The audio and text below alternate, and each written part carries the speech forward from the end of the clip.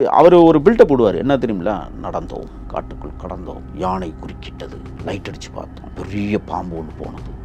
அதெல்லாம் எல்லாமே நான் நீங்கள் ஒரு காட்டு வாழ்க்கை என்பது சாதாரணமானதான். எங்களுக்கு எப்போ தெரியுமா கஷ்டம் இருக்கும்? பசியில் மலை ஏறும்போதும் பசியில் மலையை விட்டு கீழே இறங்கும் போது எங்களுக்கு கஷ்டம் வரும். ஏன்னா எனர்ஜி இல்லாமல் நாங்கள் படுற அவஸ்தைகள். மற்றபடிலாம் சமதள காடுகள்னு இப்போ நக்கீரன் கோபால் போன்றவரெல்லாம் மலை ஏறி இறங்கிய தருணமெல்லாம் கிடையாது. பெரிய பெரிய மரங்களை போட்டு எரிப்போம், குளிர் தாங்க முடியாமல். இவர் அழைச்சி வரா எரிஞ்சிக்கிட்டு இருக்கிற நெருப்பில் இங்கிட்டு ஒரு கால் வச்சு நடுவில் சூட்டை ஏற்றுவார் குண்டி பக்கம். அடோ அப்பா அப்படிம்பார், தப்பிஞ்ச உடனே விட்டு போச்சப்பா அப்படிம்பார். இந்த மாதிரி விஷயங்கள்லாம் பண்ணுவார். இப்போ அந்த நாகப்பா மாரடைக்கு என்ன செய்கிறாருன்னு சொன்னால், இங்கே இருக்கிறதுலே சோப்பலாங்கி நம்ம தான், இங்கே இருக்கிறதுலே கடைசியான மற்ற 3 பேரும் அவருக்கு உறவினர்கள். நாம் உறவினரே கிடையாது, நாம் ஒரு உதவி இயக்குனர். இப்போ நம்ம தலையை வெட்டி தான் கொண்டு எங்கேயும் வைக்க போகிறாங்க, நம்மளை கொண்டுருவாங்க அப்படின்னு வெறி உள்ள மனசுக்குள்ள ஒரு பெரிய வெறி வருது. அருவாளை எடுத்து ஓங்கி தலையில் வெட்டுறான் நாகப்பா மாரடி. வெட்டும் போது அந்த கயிறு கட்டியிருப்போம் பாருங்க, அந்த கயிறு தேக்கி அந்த அருவா அந்த கையை விட்டு பறித்து தலையில் வெட்டி அதில் 11 தையல் வீரப்பனாருக்கு போடப்பட்டு இவன் தப்பிச்சு ஓடுவதற்கான முயற்சி எடுக்கும்போது பிடிச்சி லாவகமாக ஒரு பெரிய மரத்தில் கட்டி வச்சிடறான். நக்கீரன் கோபால் ஏற்கனவே கந்தவேலு விஷயத்தில் நம்மளை வழக்கில் போட்டாங்க. இப்போ விடிஞ்சா இவனை கொண்டுருவாங்க, எவனை கொல்ல போகிறாங்கன்னு தெரியல. நம்மளும் இந்த வழக்கில் நம்மளை கண்டிப்பாக கவர்மெண்ட் சேர்த்துருவோம். அப்போ நம்ம ஏதாவது ஒரு துரித நடவடிக்கை எடுக்கணும். கட்டி போட்டிருந்த நாகப்பா மாரடைக்கிய இரவு 3 மணிக்கெல்லாம் அவுத்து விட்டுறாரு. நக்கீரன் கோபாலை கட்டி வச்சுட்டாங்க. கட்டி வச்சு, என்ன ஆசிரியரே உனக்கு நான் எவ்வளவு மரியாதை கொடுத்தேன், எப்படி நீ அவுத்து விட? கட்டி வச்சு அவுத்து விட்டது உயிர் பயம் பெருசாக வந்துருச்சு. நம்மளை முடிச்சிருவாங்கிற ஒரு பெரிய பயம் உள்ள ஓடிக்கிட்டு இருக்கு. சரி, இதுலேருந்து எப்படி நம்ம சமாளிக்கிறது? பொய் சொன்னதை தெரிஞ்சுக்கிட்டாங்க. அப்போ அன்னைக்கு காலையில் அடிச்சிட்றான். அப்புறம் உண்மையை ஒத்துக்கிறாரு. தயவுசெய்து என்னை மன்னிச்சுங்க, கந்தவேலு கொலை வழக்கில் நான் வராமையே என் மேலே அந்த கவர்மெண்ட் வழக்கு போட்டு என்னை உள்ளது. இங்கே ஏதாவது ஒரு அசம்பாவிதம் நடந்துச்சுன்னா என்னை தான் முதல்ல அந்த கவர்மெண்ட்டு பிடிக்கும். அந்த பயத்தில் தான் நான் அவுத்து விட்டேன், என்னை மன்னிச்சுன்னு சொல்லி எல்லாருக்காலையும் அவர் போட்டு. அதுக்கப்புறம் தான் வீரப்பனார் எப்போதுமே கொஞ்சம் இறக்க கொள்ள முடியாது. சேத்துக்குழி கோவிந்தனார்லாம் நான் சொல்லிட்டார், முடிச்சு விட்ருவான் எல்லாம் எனக்கு அப்படின்னு ஒரு அசிங்கவத்தையெல்லாம் சொல்லி திட்டிருக்கு. அப்போ இது எல்லாமே இன்றைக்கும் நண்பர்கள்லாம் உயிரோடு தான் இருக்காங்க. அந்த சம்பவத்தில் பங்கெடுத்து கொண்ட செல்வமாக இருக்கட்டும், அன்றிலாக இருக்கட்டும், செழியனாக இருக்கட்டும், அல்லது அண்ணன் மாறனாக இருக்கட்டும், எல்லோரும் இன்றைக்கும் இருக்கிறாங்க. அவங்க எல்லாருமே இந்த விஷயத்தை ஆணிப்பூர்வமாக ஆதாரப்பூர்வமாக நிரூபிப்பாங்க. நான் நிரூபிக்க வேண்டிய அவசியம் இல்லை.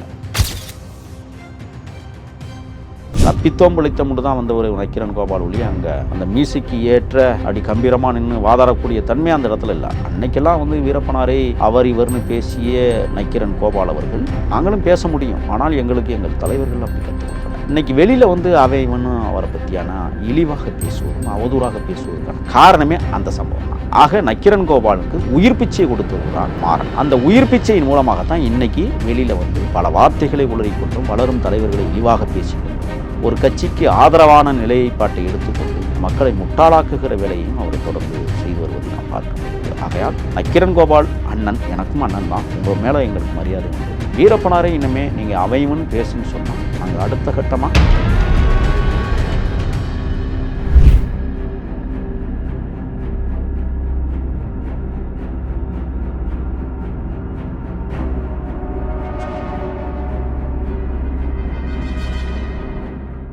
ரியல் ஒன் நேயர்களுக்கு வணக்கம். இன்று நம்மளுடைய நேர்காணலுக்கு தமிழ் தேசிய ஆதரவாளரான திரு முகிலன் அவர்கள் இணைச்சிருக்காங்க. சார் வணக்கம்.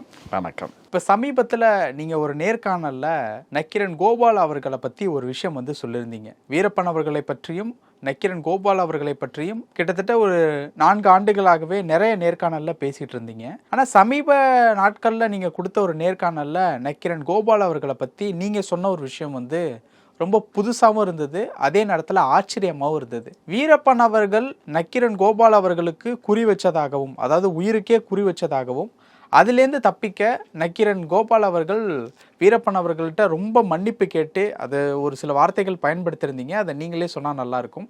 மிக தாழ்மையான அளவில் ஒரு மன்னிப்பு கேட்டு அங்கேருந்து வெளியில் வந்தாங்க அப்படிங்கிற மாதிரி ஒரு விஷயம் சொல்லியிருந்தீங்க. என்ன நடந்துச்சு அந்த இடத்துல? 1993ஆம் ஆண்டிலிருந்து நக்கீரன் கோபால் அவர்கள் ஒரு கடுமையான உழைப்பை செலுத்தியிருந்தார் வீரப்பனாரை சந்திப்பதற்கு. அதற்காகவே பிரத்யேகமாக காடு ஓரங்களில் இருக்கிற நிருபர்களை அவர் கூப்பிட்டு பேசியிருக்கிறார். காடு ஓரத்தில் சேலம் மாவட்டம் மேட்டூர் வட்டம் கொளத்தூர் அருகே இருக்கிற பெரியதண்டா என்கிற கிராமத்தைச் சேர்ந்தவர் சுப்பு. அவருடைய அண்ணன் ராம்சி, அவர் வாடகைக்கு விவசாயம் செய்து வந்தார் நிலங்களில். வயலை ஒத்திக்கு வாங்கி அது காடு ஓரம், அந்த வயக்காடை தாண்டின உடனே காடு தொடங்கிடுது. என்ன மாதிரி விவசாயம் அதெல்லாம்? பொதுவாக சோளம், பருத்தி, இது இல்லாமல் சின்ன வெங்காயம், நெல் பயிர், வேர்க்கடலை, இந்த மாதிரி. அப்புறம் வரகு போடுவாங்க. இந்த மாதிரியான விவசாயங்கள் மழை இல்லாத காலங்களில் வரகு போட்டு விவசாயம் பண்ணக்கூடிய ஒரு பகுதி அது. அதை சுற்றி இருக்கிற சின்னத்தண்டா, நாயக்கன் தண்டா, நீதிபுரம் போன்ற பகுதிகளில் இந்த மாதிரியான விவசாய முறைகள் அதிகம், அளவுக்கு அதிகம். கிட்டத்தட்ட ஒரு 80,000 ஏக்கர் நிலப்பரப்பு கொண்ட பகுதி அந்த பகுதி மட்டுமே. ராம்சி வந்து அங்கே எப்போதுமே தோட்டத்தில் தான் படுத்து தூங்குவார். அவருக்கு அங்கே வந்து ஒரு கட்டடம் இருக்குது. இரவு நேரத்தில் மோட்டார் கொட்டகை என்று சொல்லுவார்கள். அந்த கொட்டகையில் தான் அவர் படுத்து தூங்குறது. என்ன காரணம் அப்படின்னா, காட்டு விலங்குகளில் அதிகமாக வந்து காட்டுப்பன்றிகள் வந்து விவசாயத்தை துவம்சம் செய்யும். எப்பாவது ஒரு முறை வந்து செல்கிற யானை, இதை பாதுகாக்க வேண்டும் என்பதற்காக மின்வேலிகளையும் போட்டிருப்பாங்க. அதை மீறியும் இந்த காட்டுப்பன்றி உள்ள நுழைஞ்சு எல்லாத்தையும் நாசம் பண்ணிடும். சோளத்தை நாஸ்தி பண்ணாது, ஆனால் வேர்க்கடலையெல்லாம் துவம்சம் பண்ணிடும்.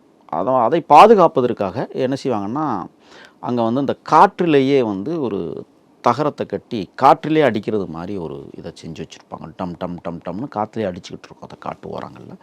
அந்த சத்தத்துக்கு காட்டுப்பன்றிகள் வராது. இந்த மாதிரி விவசாய முறைகளை செய்து கொண்டிருந்த சுப்பு குடும்பம், குறிப்பாக ராம்சி குடும்பம், வறுமையில் வாழ்ந்த குடும்பம் அது. அவங்க வந்து சாதியை சொல்லுகிறேன் என்று கருதிவிடக்கூடாது. அவர் லம்பாடி சமூகத்தை சார்ந்தவர்கள். இந்த லம்பாடி சமூகத்தவர் அந்த பகுதியில் மட்டும் கொஞ்சம் கூடுதலாக இருக்கிறாங்க. சேலம் ஒட்டி இல்லை, கர்நாடகாவை ஒட்டி. சேலத்துக்கும் இதுக்கும் கிட்டத்தட்ட 70 கிலோமீட்டர் இருக்குது.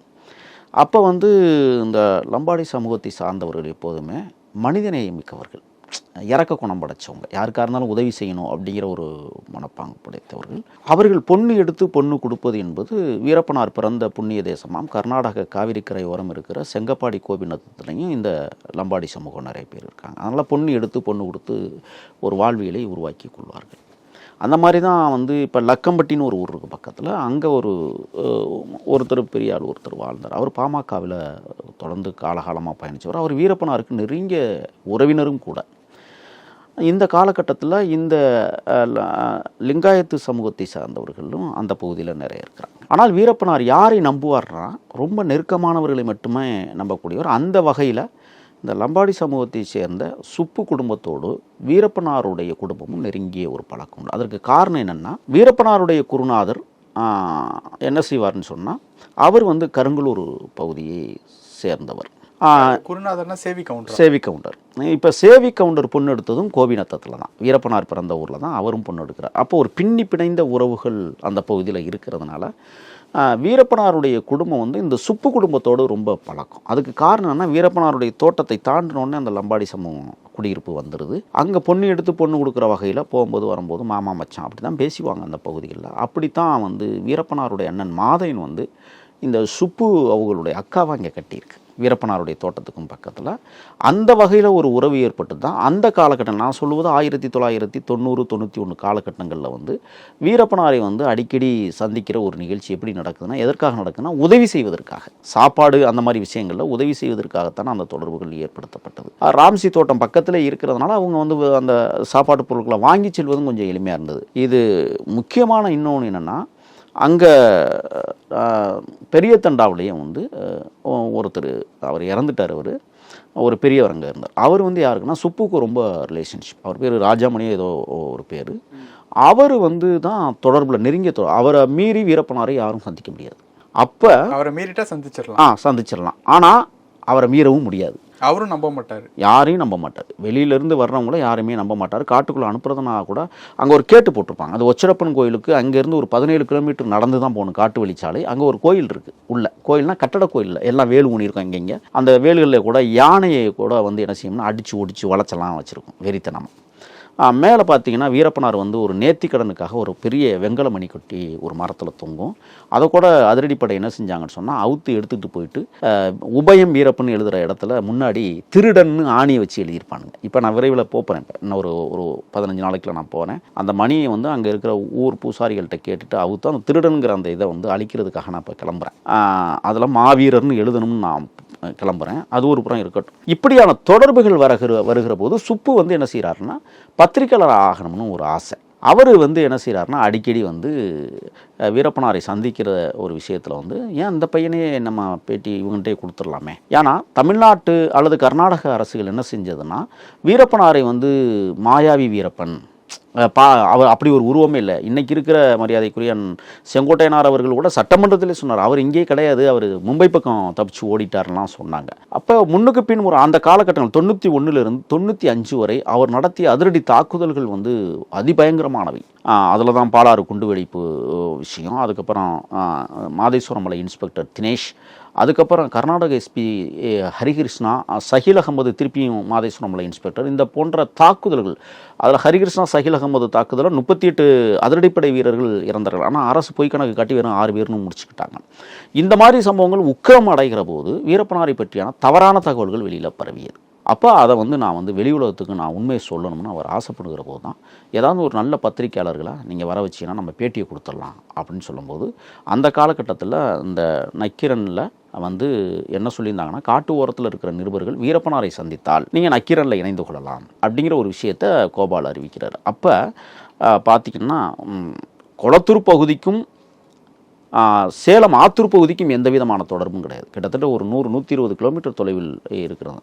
ஆத்தூர் பகுதியைச் சேர்ந்த சிவசுப்பிரமணியன் அப்படிங்கிற ஒரு கேமராமேன், அவர் வந்து முதல்ல வந்து என்ன செய்கிறாருன்னா, அவர் நிருபரும் கிடையாது, ஒன்றும் கிடையாது, அவர் கேமராவாக எடுத்துகிட்டு போய் படம் எடுக்கணும் அப்படின்னு ஆசைப்படும் பொழுது தான் அவர் ஏற்கனவே வேறொரு பத்திரிக்கையில் வேலை செஞ்சுருக்கிறாரு. அப்போ உடனடியாக நக்கீரன் கோபால் வந்து என்ன செய்கிறார், நீங்கள் சந்திச்சின்னா நம்ம கம்பெனியில் நீங்கள் வேலை செய்யலாம் அப்படிங்கிற ஒரு உத்தரவை போட்டதுனால அவர் என்ன செய்கிறாருன்னு சொன்னால் கேமரா பயிற்சி நக்கீரன்லேயே எடுக்கிறார். நக்கீரன் கொடுக்குற அந்த காலத்தில் அந்த 360 ஒரு கேமரா இருக்குங்க தெரியுமில்ல உங்களுக்கு, பேனாசோனிக், அந்த கேமராவில் வந்து பயிற்சி எடுத்து போகணும் அப்படின்னா ஒழுங்காக கூட அந்த பயிற்சி எடுக்கல, அவசர கதியில் அன்னைக்கு. ஏன்னா அவர் சந்திக்கணும்னு சொல்லி அவசரப்படுத்துறாரு. இப்போ சுப்பு தான் எல்லா வேலையுமே செய்கிறார், வீரப்பனாரை பார்ப்பது செய்வது. ராம்சி தான் அதுக்கு வழிகாட்டுறாரு. இந்த ராஜாமணின்னு சொன்னேன் பாருங்கள், அவரும் கூடவே போகிறாரு. நீங்கள் அந்த ஒச்சிரப்பன் கோயிலும் நான் ஒன்று சொன்னேன் பாருங்கள், அதுக்கு பக்கத்தில் தான் தாமரைக்கரை, தட்டக்கரை, பேச்சிலிட்டி, தேவர்மலை, மடம், மணியாச்சி பள்ளம் போன்ற பகுதியிலிருந்து ஊறி வருகிற மலை காட்டு தண்ணீர்கள் அந்த பாலாறாக உருவாகி காவிரியில் வந்து கலக்கும்.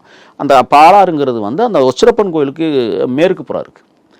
அந்த ஆற்றை தாண்டோன்னா ஒரு பெரிய ஆலமரம், அந்த ஆலமரத்துக்கு பக்கத்தில் தான் வந்து இவர் முதலாக அவங்கள சந்தித்து ஒரு பேட்டி எடுக்கணும். அப்படிங்கும்போது பேட்டி அன்னைக்கு கொடுக்கல. அவர் என்ன சொல்ல, புகைப்படங்கள் எடுத்துக்கோங்க, ஏற்கனவே கருப்பு வெள்ளை மீசை தெரிய ஒரு புகைப்படம் மட்டும்தான் இருக்குது. அப்போ அந்த காலகட்டத்தில் நக்கீரன் பிரத்யேகமாக சுப்பு என்ன செய்கிறாருன்னா போட்டோ எடுத்து நக்கீரனுக்கு அனுப்புகிறார். ஆஹா நம்ம டீம் ஜெயிச்சிட்டாங்க அப்படின்னு சொல்லி தான் நக்கீரன் கோபால் என்ன செய்கிறாருன்னா வீரப்பனாரோடு சந்திக்கணும், எப்படியாவது முடிச்சிருங்க அப்படின்னு அந்த கேமரா பயிற்சியெலாம் கொடுத்து அந்த சிவசுப்பிரமணியங்கிற ஒரு கேமராமேனை காட்டுக்குள்ளே அனுப்பி அந்த வேலையெல்லாம் நடக்குது. அதுக்கப்புறம் பேட்டி, அந்த முதல் சந்திப்பு சந்திச்சுட்டு வர்ற ஒரு மக்கானாலே வந்து தான் பாலாறு குண்டுவெடிப்பு மிகப்பெரிய அளவில் தாக்குதல் நடைபெற்றது. அதற்கு பிறகு அவங்கள சந்திக்கணும்னு நல்ல வேலைக்கு அது என்ன நடந்துச்சுன்னா அவங்களே புகைப்படம் மட்டும் எடுத்துகிட்டு நீங்கள் கிளம்பிடுங்க, எங்களுக்கு நிறைய வேலை இருக்குன்னு சொல்லிட்டு போயிட்டாங்க. ஏன்னா நாளைக்கு ஒரு பெரிய தாக்குதல் நடத்த போகிறாங்க, அதை அவங்க மைண்டில் வச்சுட்டு போயிட்டாங்க. அதுக்கப்புறம் அந்த தாக்குதலாம் முடிச்சதுக்கு பிறகு கொஞ்ச நாள் கழிச்சு 96 தான் அதுக்கப்புறம் பேட்டி, நிழல் படங்கள் மட்டுமல்ல அந்த காட்சி படங்களும் பதிவு செய்யப்பட்டது 96. அப்போ தான் அவர் எல்லா உண்மைகளையும் சொல்கிறார். நான் யார், எங்கேருந்து வந்தேன், எப்படி வந்தேன், எதுக்காக மாறினேன், என்னோட எத்தனை பேர் வேலை செஞ்சாங்க, என்னுடைய அந்த வழியில் நான் எப்படியெல்லாம் கடந்து வந்தேன் அப்படிங்கிறத ஆணித்தரமாக அரசுக்கு சவால் விட்டு அந்த காட்சியில் வந்து பேசினதில் நக்கீரன் கோபால் ஒரு மிகப்பெரிய தொகையை அதில் பார்த்தாங்க. சன் தொலைக்காட்சிக்கு வந்து அதை விற்றாங்க. விற்று அன்னைக்கு வந்து தேர்தல் களம் 96 சட்டமன்ற தேர்தல் எவ்வளவுக்கு வித்தாங்க? அது எனக்கு கிடைத்த தகவல் 6 கோடி ரூபாய்க்கு விற்றதாக அவங்க அந்த காலகட்டத்திலேயே 6 கோடிக்கு விற்றதாக சொன்னார்கள். அப்பவே 6 கோடி. கலாநிதி மாறன். ஆமாம், கலாநிதி மாறன். அது என்ன செய்கிறாங்கன்னா அதுதான் ஆட்சி மாற்றத்துக்கும் வித்திட்டது. அது காரணம் என்னன்னா 91 to 95 வரை அம்மையார் ஜெயலலிதாவுடைய ஆட்சி மிக மோசமான கொடுங்கோன்மையான ஆட்சியாக தமிழ்நாட்டில் நடைபெற்றது. ஒன்று சிதம்பரம் பத்மினி கற்பழிப்பு வழக்கு, இரண்டாவது வாட்சாத்தியில் நடைபெற்ற 18 பெண்களின் கற்பழிப்பு சம்பவங்கள், அதுக்கப்புறம் வந்து பார்த்தீங்கன்னா மகாமகம் குளத்தில் போய் குளிக்க போகிறேன்னு சொல்லி ஒரு 108 பேர் மரணம். அதற்கு பிறகு பார்த்தீங்கன்னா வளர்ப்பு மகன் சுதாகரன் அப்படிங்கிற ரீதியில் ஒரு 100 கோடி ரூபாய் ஆடம்பர திருமண செலவு. இதெல்லாம் மக்களுக்கு ஒரு மிகப்பெரிய வெறுப்பை தந்ததாலும் அதற்கு பிறகு இறுதி காலகட்டத்தில் மக்கள் எப்போதுமே ஒரு மாதத்துக்கு அப்புறம் மறந்துடுவான் எல்லாத்தையும். ஆனால் அதை நினைவூட்டுகிற வகையில் வீரப்பனாருடைய அந்த பேட்டி கிராமங்கள் தோறும் தொலைக்காட்சிகளில் ஒளிபரப்பப்பட்டது. அந்த அதிர்வுகள் தான் 96 மரியாதைக்குரிய முன்னாள் முதல்வர் டாக்டர் கருணாநிதி அவர்கள் ஆட்சி பீடத்தை அமர்த்தினார்கள். எப்போதுமே கருணாநிதிக்கும் ஜெயலலிதா ஆட்சிக்கும் ஒரு சின்ன வேறுபாடுகள் இருக்கிறது வீரப்பனார் விஷயத்தில். நீங்கள் என்னட்டையெல்லாம் நிறைய விஷயத்தில் சொல்லும்போது ஒன்று சொல்லுவார், அதையும் நான் பதிவு பண்ணிட்டு போகலான்னு நினைக்கிறேன். ஏன்னா அது முக்கியமான பதிவு, அது எங்கேயும் சொல்லப்படாத பதிவு. உலகத்தில் 3,68,000க்கும் மேற்பட்ட ஜீவராசிகள் வாழுதுங்க. ஆமாம், எந்த ஜீவராசியாவது ஆணும் காதலிச்சு பார்த்துருக்கீங்களா? எந்த ஜீவராசியாவது பொண்ணு காதலிச்சு பார்த்துருக்கீங்களா? இந்த கேடுகட்ட மனுஷ சாதியில் பொண்ணு லவ் பண்ணுறாளாமியா அப்படின்னு சொன்ன விஷயங்கள் இருக்குல்ல. நக்கீரன் கோபால் வந்து என்ன செஞ்சார்னா அதை ஒரு மிகப்பெரிய அரசியலாக எடுத்துகிட்டு வர்றாரு.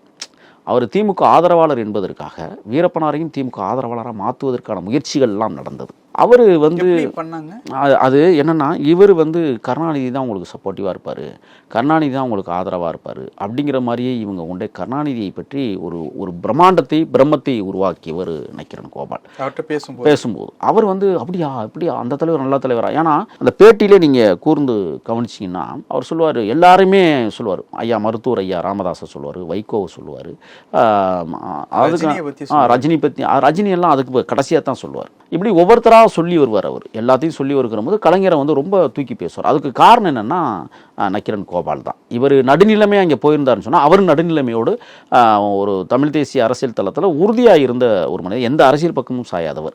எல்லாரும் சொல்லுவாங்க இல்லை பாமக பக்கம், அதெல்லாம் ஒன்றுமே கிடையாது. பாமகவுடைய தலைவராக இருந்த ஜி.கே. மணி வந்து அதே பெரிய தண்டாவில் தான் வந்து தமிழாசிரியராக வேலை செஞ்சவர். அவருக்கும் ஒரு ரிலேஷன்ஷிப்பே இருக்குது, ரத்த உறவே இருக்குது. ஆனால் அவரை நம்ப மாட்டார் எப்போதுமே. இந்த மாதிரி காலகட்டத்தை நக்கீரன் பயன்படுத்தி கொண்டார். எப்படி பயன்படுத்தி கொண்டார்னா, வீரப்பன்னா நம்ம தான், நம்மளை மீறி அங்கே யாரும் சந்திக்க கூடாதுங்கிறதுல ரொம்ப கவனமாக இருந்தாங்க. அதை மீறியுமே 96 வந்து நெற்றிக்கன் ஆசிரியர் மணி வந்து சந்தித்த நிகழ்வு, அதுக்கு பிறகு அங்கே ஏற்பட்ட அவமானங்கள், மணிக்கு ஏற்பட்ட அவமானங்கள். அதுக்கப்புறம் பார்த்தீங்கன்னா அவருடைய சட்ட ஆலோசகர் அங்கே ஒருத்தர் மாட்டிக்கிட்டார் உள்ள. அவர் வந்து பார்த்தீங்கன்னா அதெல்லாம் ரொம்ப கர்வமான செயல், அவங்க மாட்டிக்கினது பண்ணதெல்லாம். என்னென்னா அங்கேயும் ஒரு அடி விழுந்தது, அதையும் நான் சொல்லிட்டு போகணும்னு நினைக்கிறேன். நெற்றிக்கன் ஆசிரியர் வந்து அங்கே மாட்டும் போது அதுக்கு பேச்சுவார்த்தைக்கு போனவர் வந்து அந்த சட்ட ஆலோசகர், அந்த நெற்றிக்கன், அவர் பேர் எனக்கு சரியாக நினைவில்லை.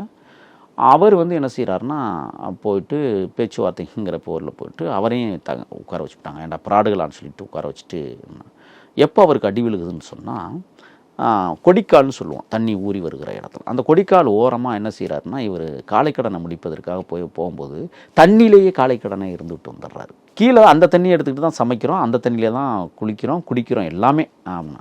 அப்போ நம்ம ஆட்களில் ஒருத்தர் ஆனால் அந்த மாதிரி அதில் ஆனால் எப்படி அந்த தண்ணியை குடிக்கணும்னா எங்கே அவன் அப்படின்னு சொல்லி அதாவது வழக்கறிஞர்களுக்கு பேராசிரியராக இருக்கக்கூடிய அந்த ஆளை கூட்டிகிட்டு வந்து ஓங்கி 4 பலார்னார். நீலாம் படிச்சிருக்கிறியா என்ன சொன்னேன், உனக்குலாம் அறிவில்லை, அந்த தண்ணி தான் தானே குடிச்சா எடுத்துக்கிட்டு சமைச்சு சாப்பிட்றோம், அதில் போய் அவனை சொல்லுவானா, நீலாம் ஒரு 100 பேருக்கு வாத்தியார்னு வேற சொல்லுவார், காரி துப்புடாரு. இந்த மாதிரி விஷயங்கள் காட்டுக்குள்ளே நடந்ததுக்கு பிறகு அதுங்க நக்கீரன் என்னென்னா அதை ஒரு டேக் ஓவர் பண்ணுறாங்க. வீரப்பனார்னா நக்கீரன் தான், நக்கீரன்னா வீரப்பனார் தான் அப்படிங்கிற ரீதியில் உலகம் முழுக்க என்ன செய்கிறாங்கன்னா ஒரு செய்தியை கிரியேட்டிவ் பண்ணுறாங்க. நக்கீரன் கோபால் மட்டும்தான் போய் சந்திக்க முடியும் அப்படிங்கிற ஒரு நெரட்டிவை செட் பண்ணி தான் அவங்க கொண்டு வராங்க அந்த விஷயத்தை. ஆனால் அங்கே ராஜாமணியோ ராம்சியோ இருந்ததால் தான் வீரப்பனாரை சந்திக்க முடியும் அப்படிங்கிற ஒரு விஷயத்தை அவங்க உணரலை. இந்த மாதிரி இருக்கு. 96 வந்து நீங்கள் பார்த்தீங்கன்னா மாயாற்று பக்கத்தில் வந்து ஊட்டிக்கும் வடதுபுறமாக தெங்கு மராட்டா அப்படிங்கிற ஒரு சின்ன கிராமம் இருக்கு. தெங்கு மராட்டா டெங்கு இல்லை, தெங்கு மராட்டா. ஆமாம், அங்கே நீங்கள் போய் பார்த்தீங்கன்னா தெங்கு மரகடா அப்படின்னு வந்து அவங்க எழுதியிருப்பாங்க. அந்த ஊரில் இருந்து வடபுறமாக இருக்கிற அந்த பாலாற்றை, அதாவது அந்த பவானிசாகர் அணைக்கு வருகிற தண்ணீர்லாம் அந்த பள்ளத்தாக்கு பகுதியிலேருந்து தான். அந்த பள்ளத்தாக்குகளில் வச்சு தான் 2வது பீட்டி 1996 அவர் இதை கொடுத்தாரு. அது வந்து ரொம்ப தொலைவு நடக்கணும். நீங்கள் ஏற்கனவே நான் சொன்ன அந்த பாலாற்றினுடைய அந்த ஆலமரத்திட்ட சந்தித்த அந்த பேட்டிங்கிறது சாதாரணமானது, அது பேட்டியில் புகைப்படம். ஆனால் இதை விட ஒரு 20 மடங்கு தொலைவு நடந்து போகணும். அந்த மாதிரி இடம், அது பெரிய பள்ளத்தாக்குகள். இதில் அங்கே தான் போய் 2வது அந்த அசையும் காட்சியில் படம் எடுத்து ஒளிபரப்பினாங்க. அப்போ வீரப்பனார் என்றால் நக்கீரனை மட்டும்தான் நம்புவார் அப்படிங்கிற இங்கே ஒரு மாயையை உருவாக்கி விட்டார். அது உண்மையா? அப்படியெல்லாம் கிடையவே கிடையாது. வீரப்பனார் யாரை நம்புகிறாரோ அவரை சந்திச்சிருவார். நக்கீரனை மட்டும்தான் நம்பினார் அப்படிங்கிறதெல்லாம் கிடையவே கிடையாது. ஏன்னா இதுக்கு எடுத்துக்காட்டு நான் ஒன்று சொல்லணும்னு நினைக்கிறேன். 1998 கந்தவேலு அப்படிங்கிற அடிச்சே கொன்னது, அது காட்டுக்குள்ளே நடந்தது. அப்போ எங்களோட மீட்சி படை காட்டுக்குள்ளே இருக்கிறோம்.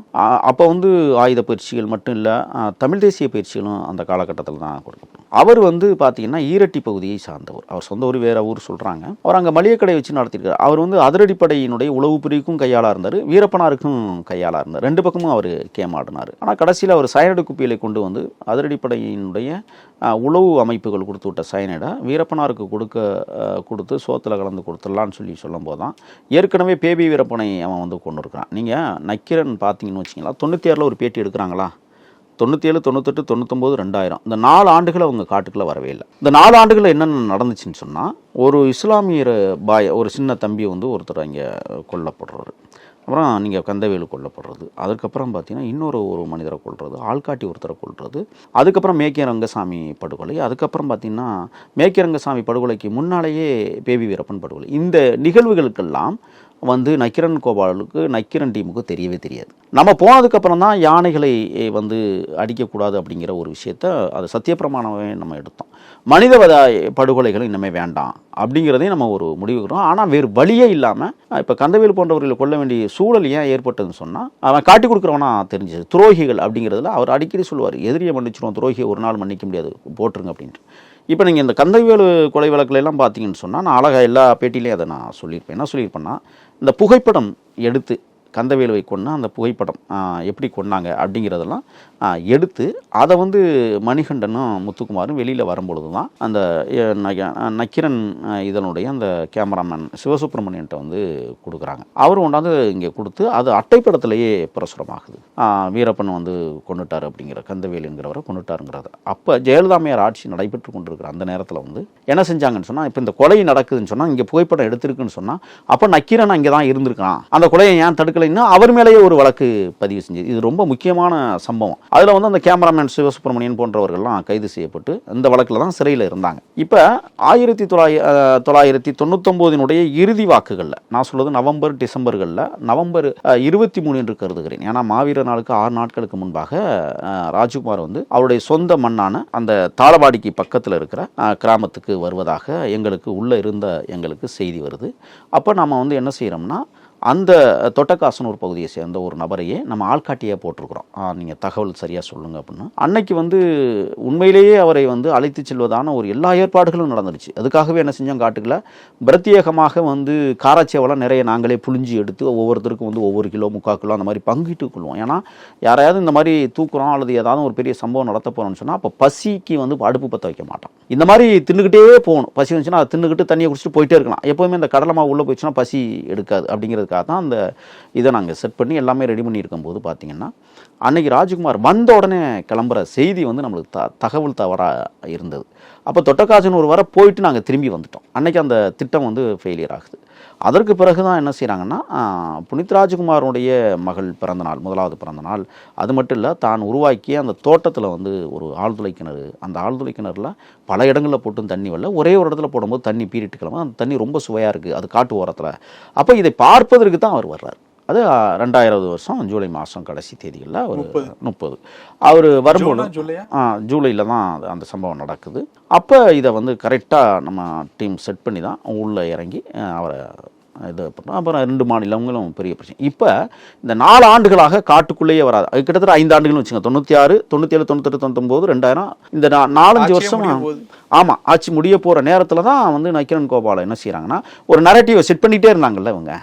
நக்கீரன்னா வந்து வீரப்பன்னா நக்கீரன் அப்படிங்கிற ஒரு விஷயம் இந்த 4 ஆண்டுகளில் அவங்க எங்கே போனாங்கன்னு யாருக்கும் தெரியாது. அவங்க காட்டுக்குள்ளேயும் நம்ம வரவிடலை. நாங்கள் எமக்கான வேலைகள் என்னென்னா, ராஜ்குமாரை வந்து தூக்கணும் அப்படிங்கிறதுல கிட்டத்தட்ட 3.5 ஆண்டு காலம் தாளவாடி பகுதியிலே நாங்கள் சுற்றிக்கிட்டு தெரிகிறோம். இதான் யதார்த்தமான உண்மை. இப்போ நம்ம படை வந்து 97 தான் போய் ஐக்கியமாகுது வீரப்பனாரோடு. 96 கூட இல்லை, 97 ஐக்கியமாகுது. அதாவது ஆகஸ்ட் மாதம் 3ஆம் தேதி தான் முதலாக தமிழ் தேசிய மீட்சி படை வந்து காட்டுக்குள்ள போகுது.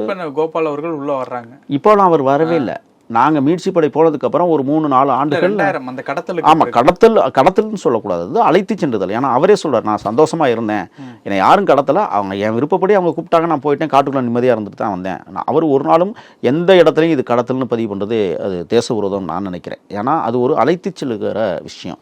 மக்களுக்கான கோரிக்கை எதுக்காக கடத்தணுங்கிறது உங்களுக்கு தெரியும். காவிரி நதிநீர் பிரச்சனையில் ராஜ்குமாரோடைய ரசிகர்கள் கர்நாடகாவில் ஆடிய கோரத்தாண்டவ நிகழ்ச்சிக்காகத்தான் நம்ம அவரை வந்து தூக்குறோம். அவர்களுக்கு அந்த நிதியை கொடுக்கணும், இவர்கிட்ட இருந்தே வாங்கி கொடுக்கணும் அப்படிங்கிற ஒரு நோக்கத்திற்காகத்தான் நம்ம. அது மட்டும் இல்லை, ஒரு 10 கோரிக்கைகள். அதில் திருவள்ளுவர் சிலை, தமிழ் மொழியை 2ஆம் மொழியாக்க வேண்டும், இப்போ தேயிலை தோட்ட தொழிலாளர் பென்ஷன், இந்த மாதிரி நிறைய விஷயங்களை நம்ம வந்து அங்கே ஒரு விஷயத்த அரசுக்கு கோரிக்கையாக நம்ம மீட்சி படையும் விடுதலை படையும் வைக்கிறாங்க. அந்த கோரிக்கையில் வீரப்பனின் மூலமாக இதை பயன்படுத்தி கொண்ட நக்கீரன் கோபால் இப்போ அவருக்கு ஒரு வேலை, பெரிய வேலை வருது. என்ன, அரசு தூதுவர் அப்படிங்கிற ரீதியில். இப்போ ஏற்கனவே வந்து நீங்கள் பார்த்தீங்கன்னா 96க்கு பிறகு இந்த வனத்துறை அதிகாரிகள் ஒரு 10 பேர் 12 பேரை வந்து கைது பண்ணி வச்சுருந்தாங்க காட்டுக்குள்ளேயே. அதுக்கு இவர் தான் பேச்சுவார்த்தைக்கு போனார். அது கூட என்னென்னா, இவர் போய் ஏதோ எல்லாம் பேசி கீசி முடிச்சு கூட்டிகிட்டு வந்ததை போல் ஒரு பிம்பத்தை தமிழ்நாட்டில் வருவாங்க. எல்லாமே ப்ராடுகள். என்னென்னா, அது வந்து வீரப்பனாரே வந்து என்ன சொல்கிறாருன்னா, 12 பேருக்கு வச்சு என்னால் சாப்பாடு போட முடியாது, எத்தனை நாளைக்கு வச்சுக்கிட்டு இருக்க முடியும், இவங்களை பாதுகாத்துக்கிட்டு இருக்க தெரியுறதா நம்மளுக்கு வேலை, அப்படின்னு தான் விரட்டி அடிச்சு விட்டேன் அப்படின்னு தான் நம்மள்ட்ட எல்லாம் பதிவு பண்ணியிருக்கிறது. அது நக்கீரன் கோபாலுக்காகலாம் அனுப்பலை. ஆனால் இவர் இங்கே வெளியில் வந்து பெரிய நரேட்டிவ் செட் பண்ணார். என்னென்னா, இல்லை நான் பேசி தான் அவர் விட்டார் அப்படிங்கிறது மாதிரி எல்லாம் ஒரு பெரிய செட்டப் பண்ணாங்க. இப்போ ராஜ்குமார் அழைத்து செல்கிற விஷயத்தில் வந்து போயிட்டுருக்கு. 3 கட்ட பேச்சுவார்த்தை நக்கீரன் கோபாலின் மூலமாக வந்து நடந்துக்கிட்டு இருக்கு. அதில் கூட அவர் சொல்லுவார், ஏதோ கருணாநிதி எனக்கு துப்பாக்கியெல்லாம் கொடுக்கணும்னு ஆசைப்பட்டார், கொண்டு போக சொன்னார், நான் தான் வேண்டான்ட்டேன் அப்படி பண்ணலாம். அது எந்த லெவலில் உண்மை அப்படிங்கிறது கருணாநிதி உயிரோடு இருந்திருந்தால் கேட்டு தெரிஞ்சுக்கலாம். அவரும் இப்போ செத்து போயிட்டார், அதை விட்டுருங்க. இப்போ இந்த விஷயத்தில் வந்து அவர் ஒரு பில்டப் போடுவார். என்ன தெரியுமில்ல, நடந்தோம், காட்டுக்குள் கடந்தோம், யானை குறுக்கிட்டது, லைட் அடித்து பார்த்தோம், பெரிய பாம்பு ஒன்று போனது. அதெல்லாம் எல்லாமே நான் வந்து நீங்கள் ஒரு காட்டு வாழ்க்கை என்பது சாதாரணமானதான் என்னை பொறுத்தவரை. எங்களுக்கு எப்போ தெரியுமா கஷ்டம் இருக்கும், பசியில் மலை ஏறும்போதும் பசியில் மலையை விட்டு கீழே இறங்கும் போது எங்களுக்கு கஷ்டம் வரும். ஏன்னா எனர்ஜி இல்லாமல் நாங்கள் படுற அவஸ்தைகள். மற்றபடிலாம் சமதள காடுகள்னு இப்போ நக்கீரன் கோபால் போன்றவரெல்லாம் மலை ஏறி இறங்கிய தருணமெல்லாம் கிடையாது. கூடுமான வரை சமதள காடுகள்லேயே கூட்டிகிட்டு வந்த சம்பவங்கள் தான் அதிகமாக இருக்கும். இப்போ எங்கே உள்ள வர்றது? இப்போ வந்து நீங்கள் பார்த்தீங்கன்னா ராஜகுமாரை வந்து புதுப்பீர்க்கடவு என்கிற வனப்பகுதியில் தான் வச்சுருக்கோம். அதாவது அந்த காடு வந்து எப்படின்னா, தெங்கு மராட்டா சொன்னேன் பாருங்கள், அந்த வழியில் போகிறதுக்கான பவானிசாகரை தாண்டி வடது புறத்தில், அதாவது வடமேற்கு புறத்தில் தான் அந்த புதுப்பீர்க்கடவு இருக்குது. அங்கே தான் வந்து அது ஒன்றும் பெரிய காடு, பெரிய மலையெல்லாம் கிடையாது, ஒரு சின்ன மலை. அதை கடந்து 2 மலை கடந்து தான் புதுப்பீர்க்கா. ஏன்னா நான் அந்த பகுதியில் அதிகமாக என்னுடைய பிறந்த நாள் வந்து ஒரு நாள் கொண்டாடும் போது புதுப்பீர்க்காட்டுக்குள்ளே தான் நாங்கள் கொண்டாடுறோம். என்னம்மா ஒன்றும் இல்லை, அன்னைக்குன்னு புது வேட்டி புது சட்டையெல்லாம் போடலை, ஏற்கனவே வச்சுருக்கிற சட்டையை வந்து தட்டில் நெருப்பை போட்டு தேய்ச்சி அந்த சட்டையை போட்டுக்கிட்டு நான் பிறந்த நாள்லாம் கொண்டாடினதில்லை. ஆனால் சொன்னதுனால அவங்க எல்லாருமே 30 ரூபா பரிசு கொடுத்தாங்க. இதெல்லாம் வெறும் 30 ரூபா. ஆமாம், வெறும் 30 ரூபா கொடுத்து இதான் உனக்கு பிறந்தநாள் காசுலாம் கொடுத்தாருன்னு வச்சுங்களேன். யானை தந்தம் இருக்குல்ல, அதில் செய்யப்பட்ட டாலரை வந்து சேத்துக்குள்ளி எனக்கு போட்டுட்டு 2 நாள் கழிச்சு சொன்னாட்டே அதை தாண்டா பேவி யூரோப்பை போட்டுருந்தான் அப்படின்னாரு. இந்த மாதிரி விஷயங்கள்லாம் நடந்துச்சு. அப்போ வந்து பார்த்தீங்கன்னா 3 கட்ட பேச்சுவார்த்தை. இந்த 3 கட்ட பேச்சுவார்த்தைக்கும் நக்கீரன் கோபாலை உள்ளே அனுப்புனாங்க. அது அவங்க விழா வாரியாக சொல்லியிருப்பாங்க. நான் இருக்குது எப்படியெல்லாம் உள்ளே வந்தோம், எப்படியெல்லாம் சிரமப்பட்டு வந்தோம், காத்திருந்தோம். முதல்ல அந்த காத்திருப்பல் என்பதே நாங்கள் திட்டமிட்டு செய்வதான் காட்டுக்குள்ளே. ஏன்னா ஈஸியாக கொண்டு வந்து நுழைச்சிட்டோம்னா ரொம்ப சிம்பிளாக எல்லாத்தையும் எடுத்துக்குவாங்க. அப்படிங்கிறதுக்காகவே நாங்கள் என்ன செய்வோம்னா, அந்த போக்கு காட்டுவோம். காட்டுக்குள்ளே அப்படியே ஒரு இடத்துல நாங்கள் இருப்போம், செட் பண்ணுவோம். நாங்கள் இங்கே வர வேண்டாம், அங்கே ஆனால் நாங்கள் இருக்கிற இடம் இங்கேயா தான் இருக்கும், அந்த பகுதிக்கு வந்துடுங்க, நாங்கள் அங்கேருந்து உங்களை கூப்பிடுவோம். நாங்கள் எல்லாருமே என்ன செய்வோம்னா, இங்கே பொருட்களை வச்சுட்டு 10 கிலோமீட்டருக்கு அங்கிட்டு போய் சந்திச்சுட்டு திருப்பி இங்கே வந்துடுவோம். இன்னொன்று செய்வோம், சந்திக்கக்கூடிய ஒரு இடத்த சொல்லியிருப்போம், அந்த இடத்துக்கு நீங்கள் வந்துருங்க, நாங்கள் அங்கே தான் இருக்கோம் அப்படின்னா. அங்கேருந்து 2 கிலோமீட்டர் தள்ளி ஒரு இலையையோ அல்லது ஒரு கல்லையோ தூக்கி ஒரு பாறை மேலே எடுத்து வச்சுட்டு வந்தோம்னா அந்த இடத்துல நில்லுங்க, நாங்கள் வந்து கூப்பிட்டுக்கிறோன்னு சொல்லுவோம். ஆனால் அது எதற்காகனா, இவர்களையும் நம்ப முடியாதுங்கிறதுக்காகத்தான். எப்போதுமே இப்போ வீரப்பனார் வந்து கோபாலை வந்து ஆசிரியர்னு சொல்லுவார், வேற கோபால்னு கூட பேர் சொல்லணும், அவ்வளோ மரியாதை கொடுத்து வச்சிருந்தாரு. அப்படி இருந்தவர் எப்படி இப்படி போய் முடிஞ்சது? அதுதான் வரேன். 67வது நாள் என்ன நடக்குதுன்னா, காட்டுக்குள்ள வந்து டேரா கட்டி தான் படுத்து தூங்குவோம். அதுவும் நம்ம புதுப்பீர்க்கடவுங்கிறது பனி நிறைந்த காடு. ஊட்டிக்கும் வலதுபுறம் இருக்குது. நம்ம அங்கேருந்தே பார்த்தாவே ஊட்டி டென்ட் அடிச்சு தான் படுத்து கிடப்போம். அது குளிருக்கு வந்து நீங்கள் எப்போதுமே வீரப்பனார் என்ன செய்வார்னா, குளிர் தாங்க மாட்டார். என்ன செய்வார்னு சொன்னால், போலிகள் என்று சொல்லக்கூடிய உயர்ந்த மலைத்தோழர்கள் இருக்கிற நடுப்பகுதியில் போய் உட்காந்துக்குவோம். தண்ணியெல்லாம் ஊறிப்போம். அங்கே அட்டையெல்லாம் நிறைய இருக்குது. அந்த அட்டையெல்லாம் உள்ளே போயிட்டு என்ன செய்யும்னா, உடம்புக்குள்ளே போய் ரத்தத்தை குடிச்சிட்டு வெளியில் வரும்போது இந்த தண்ணியில் வந்து விழுகும். ஆனால் உள்ளே போகிறதே தெரியாது. அந்த மாதிரி பகுதி தான் போலிகள்னு சொல்லுவோம். அந்த போலியில் வந்து சொதன்னு இருக்கும். அதில் ஒரு நல்ல இடமா தெரியும். அங்கே தான் அந்த உத்தராட்சி மரங்கள்லாம் நிறைய இருக்கும். இப்போ அங்கே வந்து என்ன செய்வோம்னு சொன்னால், பெரிய பெரிய மரங்களை போட்டு எரிப்போம், குளிர் தாங்க முடியாமல். இவர் நினச்சி வரணும், எரிஞ்சிக்கிட்டு இருக்கிற நெருப்பில் இங்கிட்டு ஒரு காடு வச்சு நடுவில் சூட்டை ஏற்றுவார் குண்டி பக்கம். அடோ அப்பா அப்படிம்பார். தப்பிஞ்ச உடனே விட்டு போச்சாப்பா அப்படிம்பாரு. இந்த மாதிரி விஷயங்கள்லாம் பண்ணுவார். அந்த மாதிரி தான் புதுப்பீர்க்கடவுல என்ன செஞ்சாங்கன்னா பனிக்காக அந்த டேரா கட்டு, அந்த டேரா கட்டும் போது நீண்ட கயிறு, ஒரு மரத்தில் ஒரு கயிறு கட்டி இன்னொரு மரத்தில் கட்டி இடையில டேராவை கட்டி இழுத்து 6 கம்பு ஊனி அடித்து அதை கட்டுவாங்க. அப்படி தான் அந்த டேரா கட்டுறது. அப்படி டேரா கட்டும்போது 3 குழுக்களாக வந்து பிரிஞ்சு படுத்து தூங்குறாங்க. ராஜகுமார் டீமும் ஒரு டீமும் அங்கே தான் வீரப்பனார் தங்குறாரு. அதுக்கு மட்டும் கோவிந்தராஜன் ஒருத்தர், அவர் வந்து பார்த்தீங்கன்னா சேத்துக்குழி கோவிந்தனார் அவருடைய கட்டுப்பாட்டில் இன்னொரு டென்னில் தூங்குறாங்க. இன்னொரு பக்கம் போராளிகள்லாம் அப்படி தூங்கிட்டு இருக்கிறாங்க. அந்த காலப்பகுதி கிட்டத்தட்ட பக்கம் இல்லை, ஒரு கிலோமீட்டர் அங்கிட்டு 1 கிலோமீட்டர் அங்கிட்டு அப்படிங்கிறது. அப்போ சென்ட்ரி என்ன செய்யும்னு சொன்னால் இரவு பகல் சென்ட்ரி பார்ப்பாங்க. சென்ட்ரினா தெரியுதில்ல, அவங்க எல்லை காவல். மரத்து மேலே உட்காந்துருப்பாங்க. ஒரு மரத்தில் ஏறி உட்காந்து பார்த்தா அப்படியே உலகமே தெரிகிற மாதிரி தெரியும். எங்கெங்கெல்லாம் யானை தடங்கள் இருக்கோ அந்த பகுதிகளில் உற்று கவனிப்பாங்க, யார் வர்றாங்களா யாரும் போகிறாங்களா அப்படிங்கிறது. இந்த மாதிரி காலச்சூழலில் தான் ராஜகுமாரோடு அழைத்து செல்லப்பட்ட திரைப்படத்தினுடைய உதவி இயக்குனர் நாகப்பா மாரடைக்கி அப்படிங்கிற ஒருத்தர். இந்த நாகப்பா மாரடைக்கு பார்த்தீங்கன்னா ஆள் போல்டாக இருப்பார், ஆனால் ஷார்ட்டாக இருப்பார், வழுக்கத்தலை. முகமே பார்த்தீங்கன்னா ஒரு விகாரமாக இருக்கும். அந்த அந்த உருவமே அப்படி ஒரு விகாரமான உருவம். ஒட்டு மீசை மாதிரி கருணாநிதிக்கு வச்சுருக்கிற மாதிரி வச்சுருப்பார் அந்த மீசையை.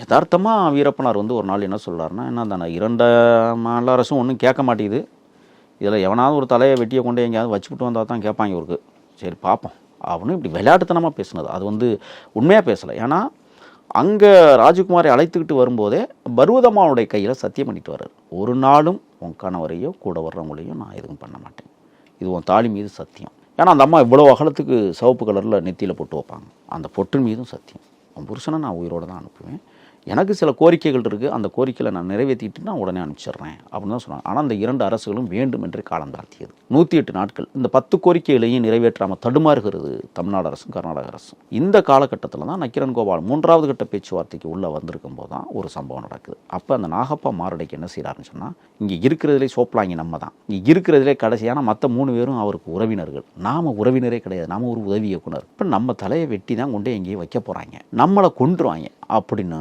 வெறி உள்ள மனசுக்குள்ள ஒரு பெரிய வெறி வருது. என்ன வெறினா, இங்கே நம்ம வீரப்பனை வெட்டிட்டோம்னா நம்ம செத்தாலும் பரவாயில்ல அப்படிங்க. ஏன்னா அவர் கன்னட வெறியன், அந்த நாகப்பா மாரடைக்கணுங்கிறது கன்னட வெறியன். அவர் என்ன பண்ணுறாரு, கொடுவாக இருக்கிறார். இரவில் வரிசையாக படுத்து கிடக்கும்போது எப்போதுமே வீரப்பனார் வந்து என்ன செய்வார்னா, அரிசியோ பருப்பு மூட்டையோ தலைக்கு தூக்கி வச்சுக்குருவார். அந்த மூட்டைக்கு பக்கத்தில் என்ன செய்வார்னா, இந்த இடது பக்கம் துப்பாக்கி நீட்டி வச்சிருப்பார். அன்னைக்கு என்ன நடந்திருக்குன்னு சொன்னால், இவன் நம்மளை கொல்ல போகிறான்னு முடிவெடுத்த நாகப்பா மாரடைக்கு கொடுவான்னா யாரு, அதான் நாகப்பா மாரடைக்கு அந்த அருவா இருக்குல்ல, அதைத்தான் கொடுவான்னு சொல்லுவோம். அது என்ன சொன்னால் பக்கத்தில் கடந்திருக்கு. அந்த அருவா இப்போ எதுக்காக இங்கே கடந்துச்சுன்னு சொன்னால், டேரா கட்டும் போது 6 கம்பு அங்கிட்டு இங்கிட்டு அடிப்போம்ல, அப்போ அதை வெட்டி செதுக்கிட்டு அடிப்போம். அந்த அருவானால தான் அடிப்போம், அந்த கட்டையை அடித்து உள்ளே இறக்கி.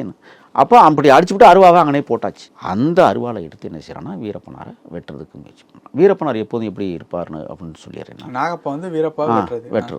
அவர் வந்து ஃபர்ஸ்ட் ஆளாக படுத்து கிடக்கிறது, 2வது ஒருத்தர், 3வது 4வது ஆள் தான் இவர். அப்போ என்ன 5வது ஆள் நக்கீரன் கோபால், எல்லாம் வரிசையாக படுத்து கிடக்கிறாங்க. இவர் என்ன பண்ணியிருக்கிறாருன்னா தூங்கலை, ஏன்னா நம்மளை தான் கொல்ல போகிறாங்கல்ல, அந்த பய உணர்வுள்ள தூக்கம் எப்படி வரும், வராது. அப்போ என்ன செஞ்சுருக்குன்னா, வீரப்பனார் வந்து முதல்ல ஒரு கருப்பு, இந்த மலையூர் மம்பட்டி அம்போரின்னு சொல்லுவோம் தெரியுமா, கருப்பு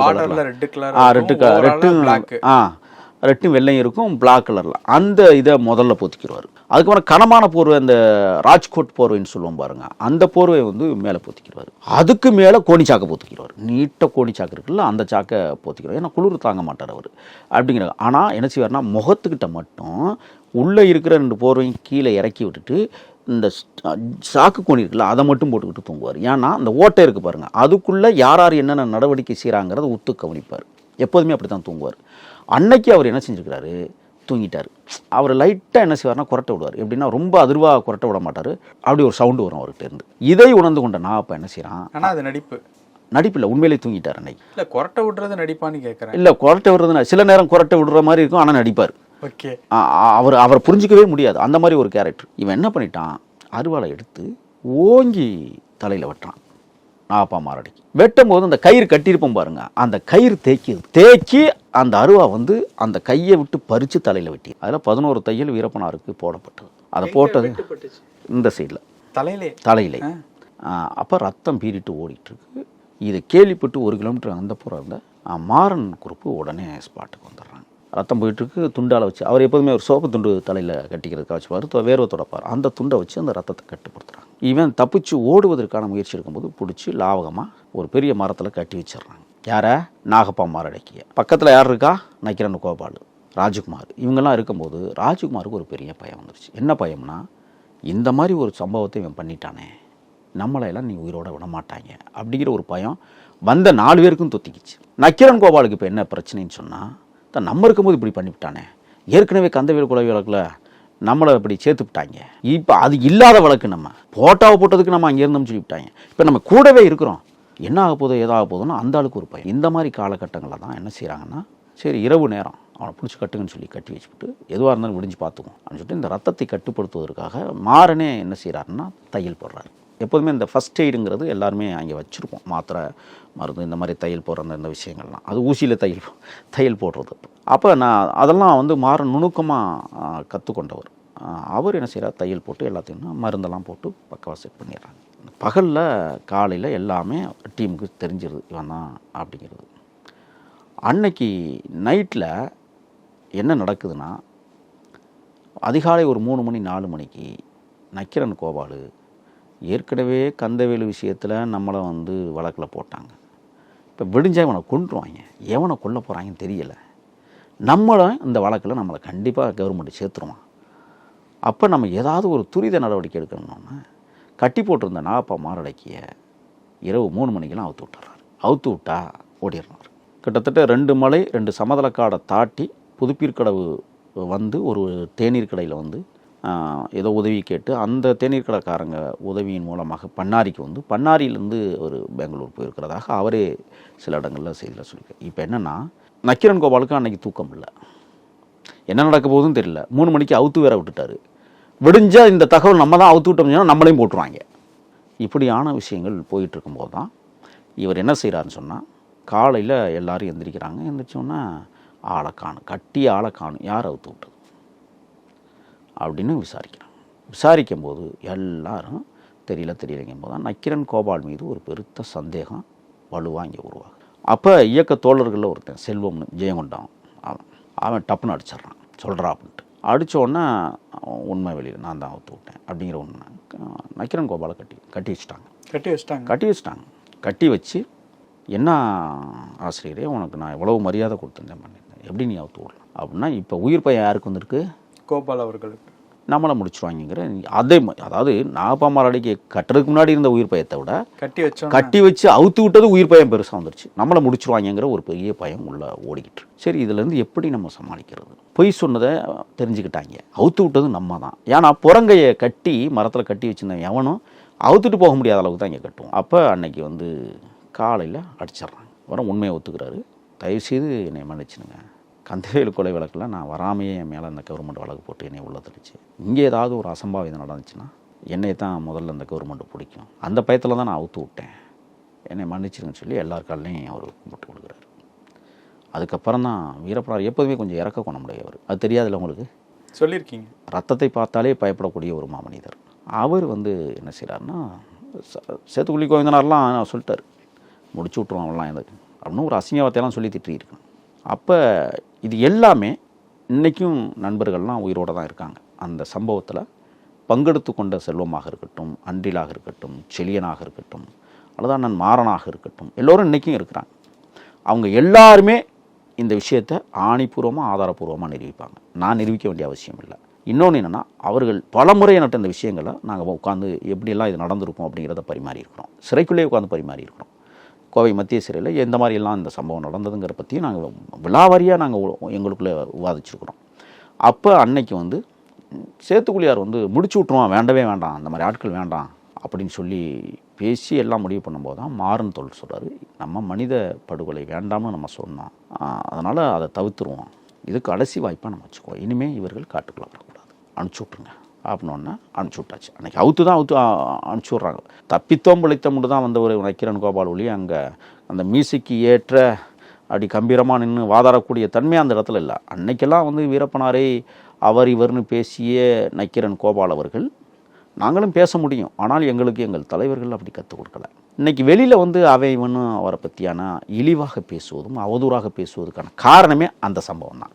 ஆக நக்கீரன் கோபாலுக்கு உயிர் பிச்சை கொடுத்தது தான் மாறன். அந்த உயிர் பிச்சையின் மூலமாகத்தான் இன்னைக்கு வெளியில் வந்து பல வார்த்தைகளை உளறிக்கொண்டும் வளரும் தலைவர்களை இழிவாக பேசிக்கொண்டும் ஒரு கட்சிக்கு ஆதரவான நிலைப்பாட்டை எடுத்துக்கொண்டு மக்களை முட்டாளாக்குகிற வேலையையும் அவர் தொடர்ந்து செய்து வருவதை நாம் பார்க்க முடிகிறது. ஆகையால் நக்கீரன் கோபால் அண்ணன் எனக்கும் அண்ணன் தான், உங்கள் மேலே எங்களுக்கு மரியாதை உண்டு.